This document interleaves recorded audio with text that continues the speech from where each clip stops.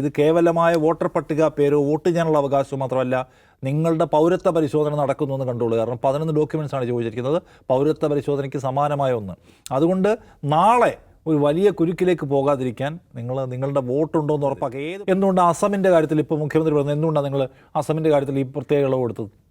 അസമിൽ SIR നടപ്പിലാക്കിയാൽ, അസമിൽ പണ്ട് പൗരത്വ നിയമത്തിൻ്റെ ഇത് നടപ്പിലാക്കിയതാണ്, NRC നടപ്പിലാക്കിയതാണ്. NRC നടപ്പിലാക്കിയപ്പോൾ 19 ലക്ഷം പേര് അങ്ങോട്ട് പുറത്തേക്ക് ഇറങ്ങിപ്പോയത്.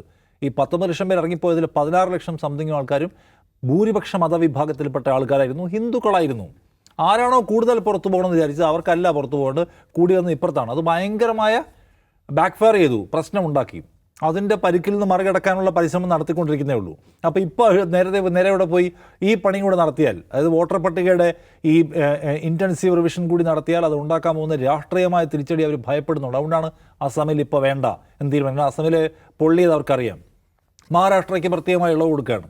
അപ്പോൾ അവർക്ക് പിടുത്തമില്ലാത്ത സംസ്ഥാനങ്ങളിൽ ജയിക്കാൻ കഴിയുന്ന തരത്തിലുള്ള പണി അവരെടുക്കുന്നതിൻ്റെ സൂചനയായിട്ട് നാം നിശ്ചയമായും ഇതിനെ സംശയിക്കേണ്ടതുണ്ട്. കാരണം ഇതിപ്പോൾ ഒരു പഞ്ചായത്ത് ഇലക്ഷൻ്റെ സമയത്ത്, സമയമില്ലാത്ത സമയത്ത് ഞങ്ങൾ പറ്റില്ല എന്നല്ല പറഞ്ഞത്, അല്പം സമയം നീട്ടിത്തരണമെന്നുള്ള ആവശ്യം അംഗീകരിക്കാതെ എല്ലായ്പ്പോഴും ക്രൂഷ്യൽ ഇലക്ഷൻസിൻ്റെ തൊട്ട് മുൻപത്തെ സമയത്തെ അവസാനത്തെ 12-11 മണിക്കൂറിൽ ഇത് നടത്തുന്നതിന് പിന്നിൽ പ്രത്യേകമായ ഉദ്ദേശങ്ങളുണ്ട്. ബീഹാറിൽ ഇങ്ങനെ തന്നെയാണ് നടത്തിയത്. വെള്ളപ്പൊക്കത്തിൻ്റെയും മഴയുടെയും കാലത്ത് പരിമിതമായ ഇൻഫ്ര ഉള്ള ഒരു സംസ്ഥാനത്ത് നടത്തിയതിൻ്റെ ഭാഗമായി 65 ലക്ഷം മനുഷ്യരെ വെട്ടി മാറ്റിക്കളഞ്ഞു. പുറത്താക്കിയവർ ആരൊക്കെയാണെന്ന് അവർക്ക് പോലും അറിയാൻ കഴിഞ്ഞില്ല. അത് പ്രസിദ്ധീകരിക്കുക പോലും ചെയ്തില്ല. ലോകത്തെവിടെ ഇല്ലാത്ത ഡോക്യുമെൻറ്റ്സ് എല്ലാം ചോദിച്ചതിൽ ബഹുഭൂരിപക്ഷം വരെ പുറത്താക്കി. അപ്പോൾ ഇത് ഒരു നിലയ്ക്കും നമുക്ക് പോസിറ്റീവായി കാണാൻ കഴിയുന്ന ഒരു പ്രോസസ് അല്ല ഇന്ത്യയിൽ നിന്ന്. ആ സംശയം ഇന്ന് നമുക്കുണ്ട്. അത് നേരത്തെ അജുൻസ് പറഞ്ഞ വളരെ പ്രധാനപ്പെട്ട കാര്യമാണ്.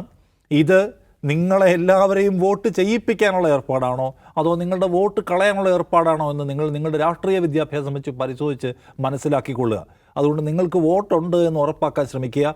ഇതിനെക്കുറിച്ചുള്ള ഏറ്റവും വലിയ അലിഗേഷൻ, ഇത് കേവലമായ വോട്ടർ പട്ടിക പേരോ വോട്ട് ചെയ്യാനുള്ള അവകാശവും മാത്രമല്ല, നിങ്ങളുടെ പൗരത്വ പരിശോധന നടക്കുന്നു എന്ന് കണ്ടോളൂ. കാരണം 11 ഡോക്യുമെൻറ്റ്സാണ് ചോദിച്ചിരിക്കുന്നത്, പൗരത്വ പരിശോധനയ്ക്ക് സമാനമായ ഒന്ന്.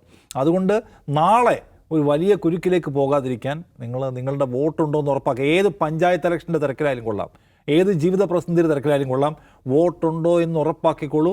ഇല്ലെങ്കിൽ നിങ്ങൾ പെടാൻ പോവുകയാണ്. ഇതുമായിട്ട് ഈ അസാധാരണ സന്ദർഭത്തിൽ ഇതുമായിട്ട് ഇരച്ചു കയറി വരുന്ന സംഘം സതുദ്ദേശത്തോടെ വരുന്നതാണെന്ന് വിചാരിക്കാൻ ഒരു നിവൃത്തിയില്ല.